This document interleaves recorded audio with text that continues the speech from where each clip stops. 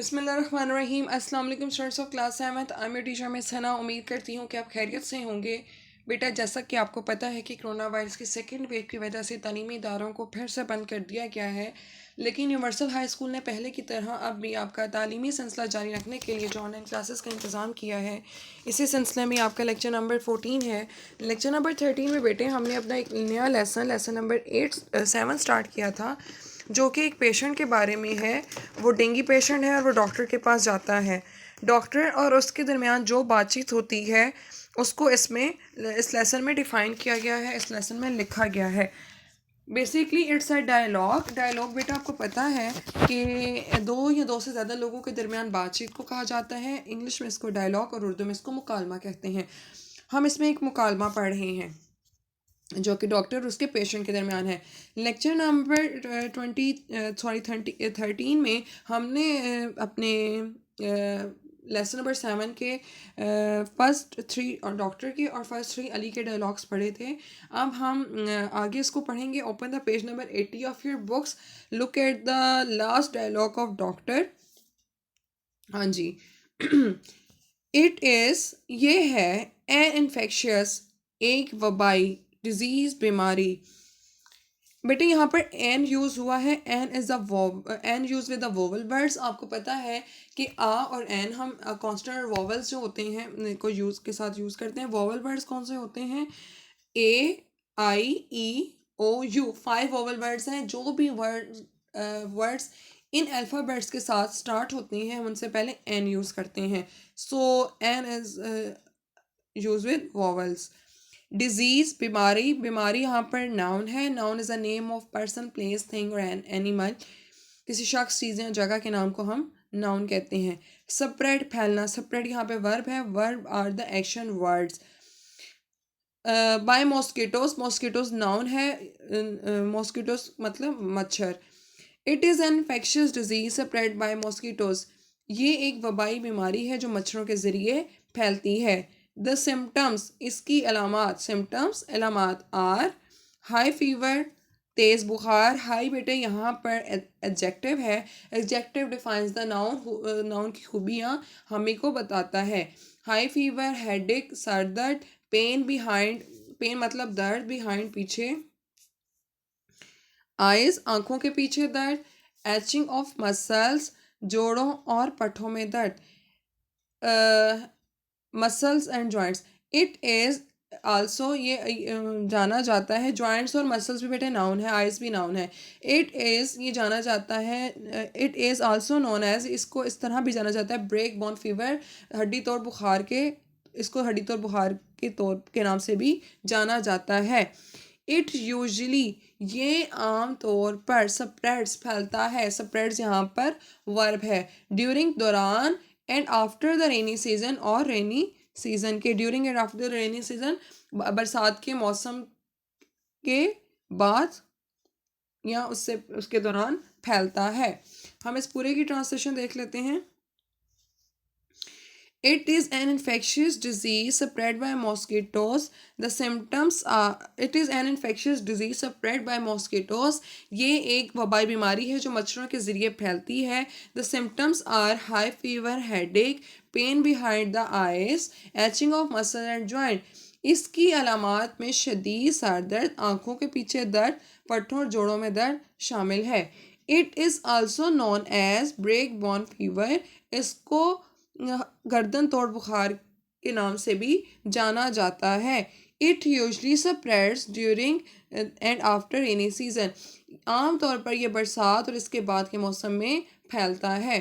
Ali, doctor साहब, this is exactly how I feel. This is, यही है, एग्जैक्टली बिल्कुल ऐसा, हाउ आई फील, मैं महसूस, जैसा मैं महसूस कर रहा हूँ। डॉक्टर साहब, this is exactly how I feel. Doctor साहब, बिल्कुल मैं ऐसा ही महसूस कर रहा हूँ। हाउ लॉन्ग, कितना वक्त, it will be take to recover, इसको लगेगा सेहतयाब होने में।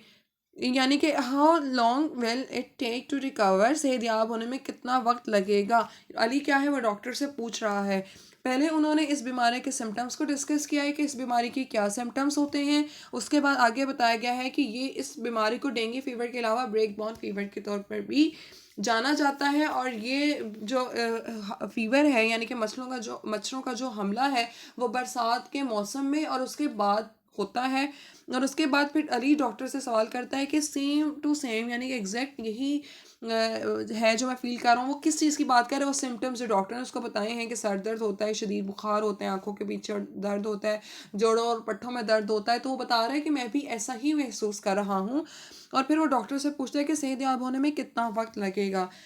डॉक्टर अली राइट नाउ अभी this is an early stage of disease, ये बीमारी की इब्तदाई मराहिल हैं।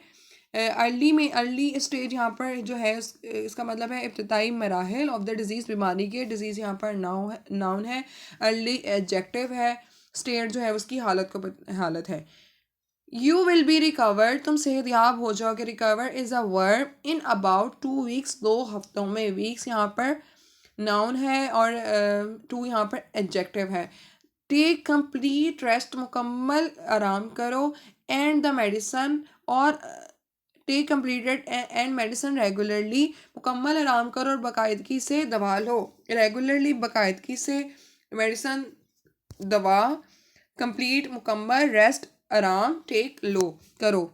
एंड आई एम, और मैं कर रहा हूँ, प्रिस्क्राइबिंग तजवीज़, beside to take bed rest, to take complete bed rest, और मैं तुम्हें बाकायद इसके अलावा बस्तर पर आराम करने की तजवीज़ कर रहा हूँ।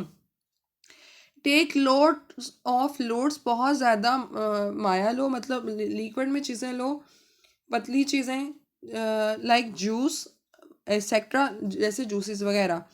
योर ब्लड प्रेशर, तुम्हारा blood pressure, also should be regularly monitor, तुम्हारा गर्दिश खून या blood pressure should be regularly monitor, उसको बाकायदगी से चेक होना चाहिए।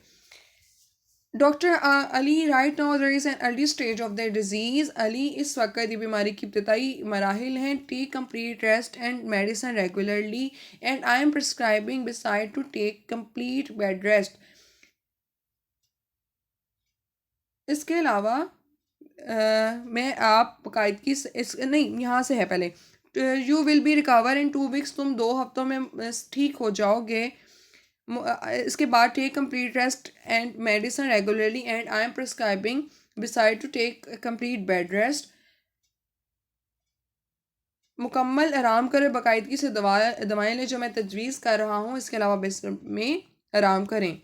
Take loads of fluids like juice etcetera, your blood pressure also should be regularly monitored, juice और दूसरी पतली चीज़ें लें, आपका ब्लड प्रेशर भी बाकायदगी से चेक होना चाहिए। बेटे ये आपके इन पैराग्राफ्स के वर्ड स्पिनिंग, ट्रांसलेशन और इसकी रीडिंग थी जो हमने अभी की है। आपने इस ट्रांसलेशन को अपनी नीट नोटबुक्स पर लिख लेना है, इसको याद करना है, रीडिंग की प्रैक्टिस करनी है।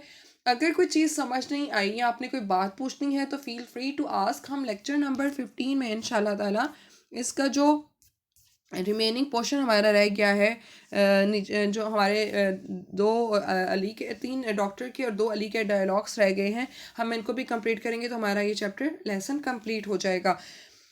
आपने इसको अपनी नोटबुक्स पर लिखने के अलावा याद भी कर लेना है। और कोई बात पूछनी हुई तो ज़रूर पूछिएगा। लेक्चर नंबर 16 में जैसा कि मैंने आपको बता दिया है कि हम 15 में हम इंशाल्लाह ताला इसकी रिमेनिंग ट्रांसलेशन, रीडिंग और वर्ड्स मीनिंग को कर लेंगे। तब तक अपना बहुत ख्याल रखिएगा। अल्लाह ताला आपको अपने ज़मान में रखे। अल्लाह हाफ़िज़।